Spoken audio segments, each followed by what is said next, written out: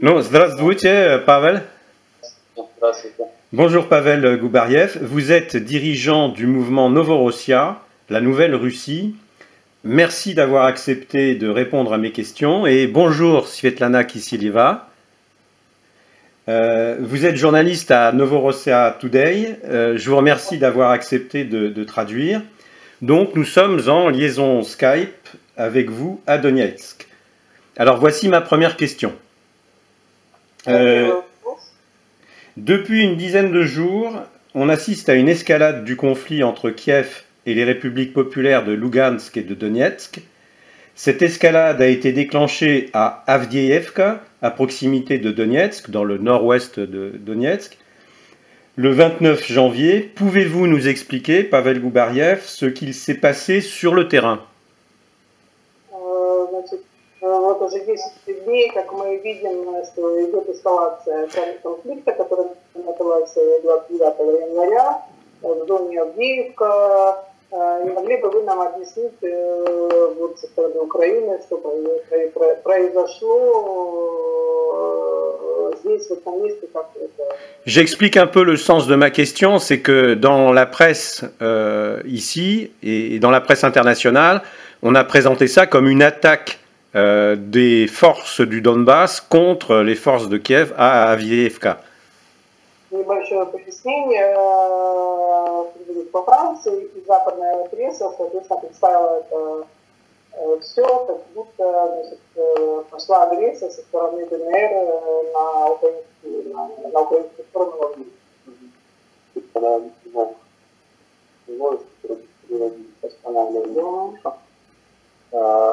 Значит, ну, с точки зрения идеологии, понятно, что европейские СМИ, изначально поддерживая Украину в этом внутреннем конфликте и не понимая сути этого конфликта глубинной, они вынуждены дезинформировать население Евросоюза.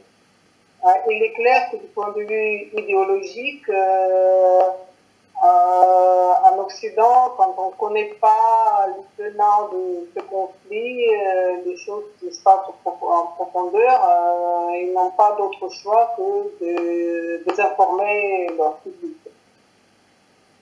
Но у меня в руках документ, я вам его отсканирую и перешлю, он на русском языке. Это документ миссии ОБСЕ, которая зафиксировала первый обстрел. И здесь написано, что он был со стороны Авдеевки, со стороны Украины. Moi, entre mes mains, j'ai un document que je vais scanner, je vais vous envoyer, il est en russe, c'est un rapport de la mission de l'OSCE. Excuse-moi, Svetlana, excuse-moi, est-ce que tu peux parler plus près du micro parce que le son n'est pas terrible? Je vais rapprocher. Est-ce que là, c'est mieux? C'est mieux, c'est beaucoup mieux, oui. Donc, j'ai un document qui est en russe, mais je vais vous le scanner et vous l'envoyer. C'est le rapport de la mission de l'OSCE qui dit que le premier tir, il est parti d'Avdiivka, c'est-à-dire du côté ukrainien, vers la République populaire de Donetsk. D'accord. Et... Oui, Pavel voulait ajouter quelque chose? Qu'on va le scanner et vous envoyer à la fin de notre entretien. Et est-ce que je peux poser encore une question sur le plan militaire à Pavel, qui n'est pas un militaire, en tout cas dans la situation actuelle? Donc, quelle est la stratégie adoptée par les forces de Kiev dans cette nouvelle escalade? Я хотела бы позволить себе задать еще один вопрос, несмотря на то, что вы не профессиональный военный, в таком случае сейчас не в армии, но тем не менее, какая стратегия вот Украины вот в этой эскалации конфликта? Знаете, одно время я подумал, что это серьезная артиллерийская подготовка к началу полномасштабных наступательных операций. À un moment donné, moi, j'ai pensé que c'était une préparation d'artillerie pour préparer l'offensive à pleine échelle l'Ukraine préparait son offensive.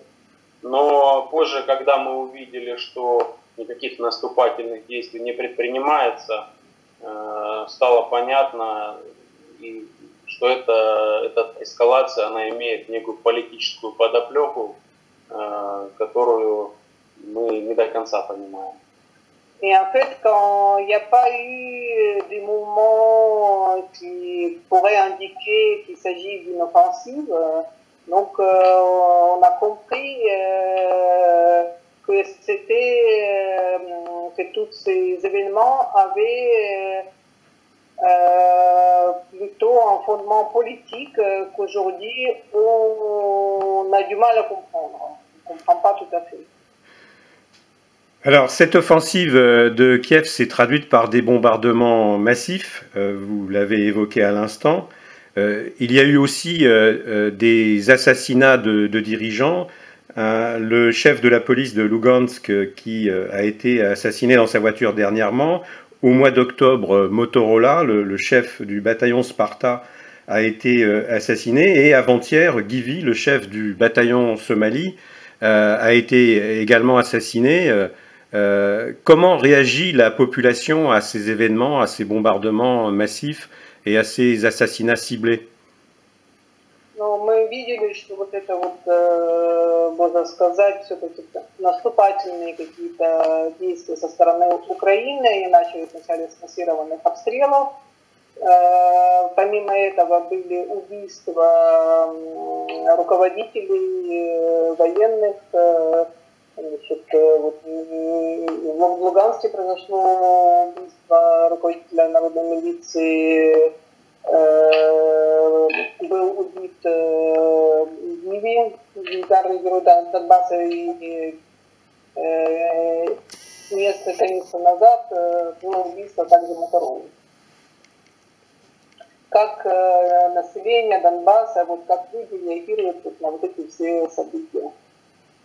Ну, естественно, это нагнетает некую депрессию, да, в общественном мнении. Но с другой стороны, мы, в общем-то, веры в себя не теряем и позиций своих не сдадим. И этой нашей позиции, в общем-то, нет средств, которые бы могли ее изменить. En fait, tous ces événements-là, je ne vous cache pas, c'est que ça provoque, c'est vrai, certains dépriment, une baisse de morale, mais en même temps, on reste sur nos positions. On sait qu'on ne va pas céder, quoi qu'il arrive, on va tenir bon. Alors, je vais lire avec un grand intérêt le rapport de l'OSCE que vous allez m'envoyer, mais est-ce que vous pouvez faire part aux internautes ici en France de la façon dont l'OSCE agit sur le terrain pour monitorer la situation? Donc, c'est son rôle. Depuis les accords de Minsk II en février 2015, elle doit observer le cessez-le-feu et surtout le retrait des armes lourdes. Or, il semblerait que Kiev amasse en quantité des armes lourdes du côté d'Aïevka, mais en fait sur toute la ligne de front. Я, конечно же, с большим вниманием прочту вот этот отчет миссии ОБСЕ, но я хотела бы, чтобы нашим слушателям, пользователям интернета, которые будут смотреть это видео, вы рассказали, вот как действует ОБСЕ на месте, поскольку роль ОБСЕ это следить за соблюдением Минских соглашений, заключенных в феврале прошлого года, и в частности о подходе тяжелых вооружений. А несмотря на это, мы наблюдаем, что тяжелое вооружение Украина продолжает накапливать и в Авдеевке, и вдоль всей линии. Но ОБСЕ-то в этом не виновата, правильно? А c'est pas la faute à l'OSCE. ОБСЕ не виновата в том, что Украина не желает соблюдать Минские соглашения. c'est pas la faute à l'OSCE que l'Ukraine ne veut pas respecter les accords de Minsk. И у нас по-разному оценивают эффективность и порядочность работы миссии. Il y a plusieurs avis sur l'efficacité de la mission de l'OSCE et sur leur honnêteté. Но касательно вот этого обострения в Авдеевке и дальнейшей эскалации артиллерийских обстрелов, можно сказать, что миссия сработала эффективно. Камеры миссии ОБСЕ отфиксировали, откуда начался обстрел. Был издан соответствующий документ. И, в общем-то, с точки зрения фактов, фактов, доказывающих обратное, да, что это мы первыми нарушили, их просто нет. En fait, comme je disais, on peut penser plusieurs choses au sujet de l'efficacité de la mission de l'OSCE, mais en ce qui concerne cette escalade qui a eu lieu dernièrement le 29 janvier, là-dessus, je pense que la mission OSCE a agi de manière efficace. Il y a eu plusieurs caméras qui ont enregistré d'où les tirs sont partis. Et donc, par contre, il n'y a rien qui prouve que, comme dit l'Ukraine, que les tirs étaient partis, que les premiers étaient les forces républicaines. D'accord. Pavel Goubariev, tout à l'heure, vous avez qualifié cette offensive ukrainienne comme ayant un caractère politique. Donc, quel est le jeu joué par Kiev et par Poroshenko en particulier dans ce que vous connaissez actuellement dans le Donbass? Qu'est-ce qu'ils recherchent? Как вы только что сказали, что Украина преследует политическую цель, вы не могли бы вы более подробно сказать, какая же все-таки политическая цель, которую преследует Украина, как ее президента Петра Порошенко на Донбассе? Ну, я не конспиролог, послушайте. Я очень не хочу строить догадки. Может, это связано с вхождением во власть нового президента США, может, это еще с чем-то связано, кто его знает. Но тот факт, что они обстреляли, а в наступление не пошли, он говорит о том, что планов таких, наверное, не было. И поэтому какую-то политическую нагрузку это несет. Ну, СМИ же европейские показали это, пусть и в негативном для нас свете. Наверное, это отрефлексировали американские СМИ. И, наверное, это все легло на стол и руководству европейских стран и США. Вот. Но опять же, это не хочу строить никаких конспирологических теорий. Je ne voudrais pas tomber dans les théories complotistes,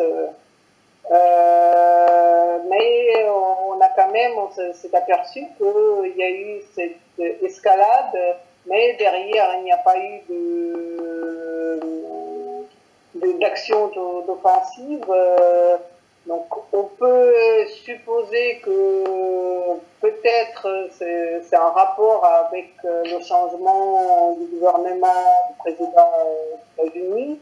Peut-être le but était les impliquer là-dedans parce que certainement, comme vous avez dit, les médias occidentaux ils vont tout de suite accuser la République populaire de Donetsk. Il y a peut-être certains éléments qui ont été mis, qui sont arrivés sur le bureau du nouveau président américain, mais quand même, ce sont des suppositions. Et comme j'ai dit, je ne voudrais pas être complotiste pour chercher à deviner ce qui est derrière. D'accord. Le fait est qu'il y a eu une escalade et il n'y a pas eu d'offensive derrière. Alors, les Européens vont réunir à nouveau à format Normandie très prochainement, peut-être à l'occasion du G20. La date n'est pas encore fixée. Pensez-vous, qu'attendez-vous de cette prochaine réunion du format Normandie, d'une part, et d'autre part, comment vous, Pavel, Губарьев, voyez-vous évoluer la situation? Предполагается сейчас, что будет создана нормандская четверка, может быть, это будет по случаю Большой Двадцатки, пока еще дата не обозначена, но в ближайшее будущее. Вот что бы вы ждали, какие ваши ожидания, какие решения будут приняты по Донбассу? Мне хотелось бы, чтобы страны, участники нормандской четверки, понимали, что это их большая, огромная ответственность за стабильность в регионе, а все-таки это тоже Европа, да, географически, по крайней мере. Поэтому в Европе не должно быть войн. В Европе нужно все решать цивилизованно, через диалог. И именно нормандская четверка сегодня ответственна за разрешение ситуации на Донбассе. Moi, ce que je souhaiterais surtout, c'est que les pays qui rentrent dans ce format Normandie, qu'ils prennent leurs responsabilités vis-à-vis de ce qui se passe ici, puisque géographiquement parlant, ici c'est l'Europe, et en Europe il ne doit pas avoir de conflit armé, d'hostilité, de guerre. Donc moi je pense que tout doit se résoudre par le dialogue, mais donc les pays occidentaux doivent se rendre compte qu'ils ont leur responsabilité vis-à-vis de ce conflit. В конце концов, для европейских лидеров в первую очередь уже должно стать понятно, в конце-то концов, уж после Авдеевки так точно, что Украина это не совсем порядочный, скажем так, порядочная сторона, потому что документально зафиксировано именно в этом случае в ОБСЕ, что в мире нарушено было вооруженными силами Украины. Et donc je pense que les pays européens doivent se rendre compte que l'Ukraine c'est pas un pays qui est loyal, surtout après ce qui est arrivé à Avdiivka, comme je vous dis encore une fois, qu'il y a eu un rapport de l'OSCE qui le prouve, et donc c'est l'Ukraine qui n'a pas tenu ses engagements et qui provoque une escalade.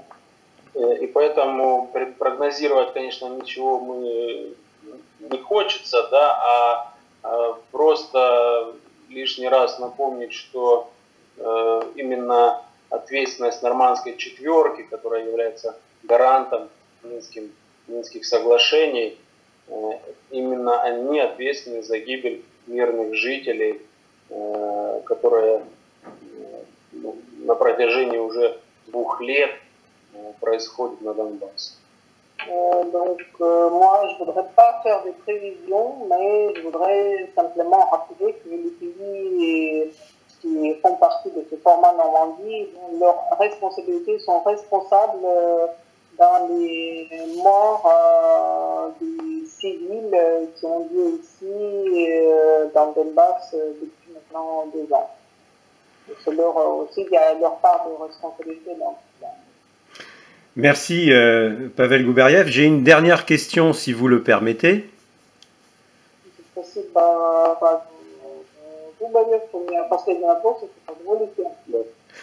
Alors comme je l'ai dit au début, vous êtes le dirigeant du mouvement Novorossia et en 2014, en août 2014, vous avez publié un article programmatique dans le numéro 7 de Novorossia que j'ai traduit et qu'on peut trouver sur la page Facebook d'Eurasie Express. Как я вначале сказал, что вы являетесь также лидером движения Новороссия. В августе 2014 года вы опубликовали статью, которую я перевел, которую тоже можно найти на странице Facebook сайта Eurasie Express. Alors, dans cet article, vous avez développé les principes d'instauration d'un pouvoir populaire et de rétablissement de la justice sociale. Où en êtes-vous? И там вы также говорили о том, что должна власть быть народной и социальная справедливость. Можете ли вы сказать, на какой стадии?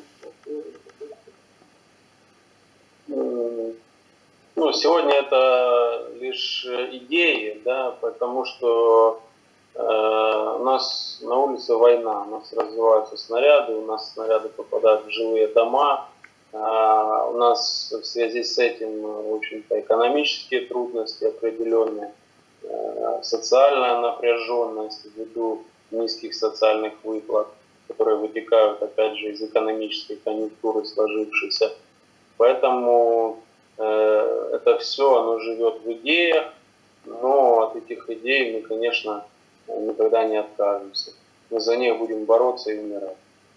En fait, bon, aujourd'hui, c'est plus des choses qui sont sur le plan idéologique, puisque, comme vous le savez très bien, aujourd'hui, on est en guerre, on a des obus qui tombent, qui détruisent les logements, qui tuent les civils. On a aussi beaucoup de difficultés sur le plan économique.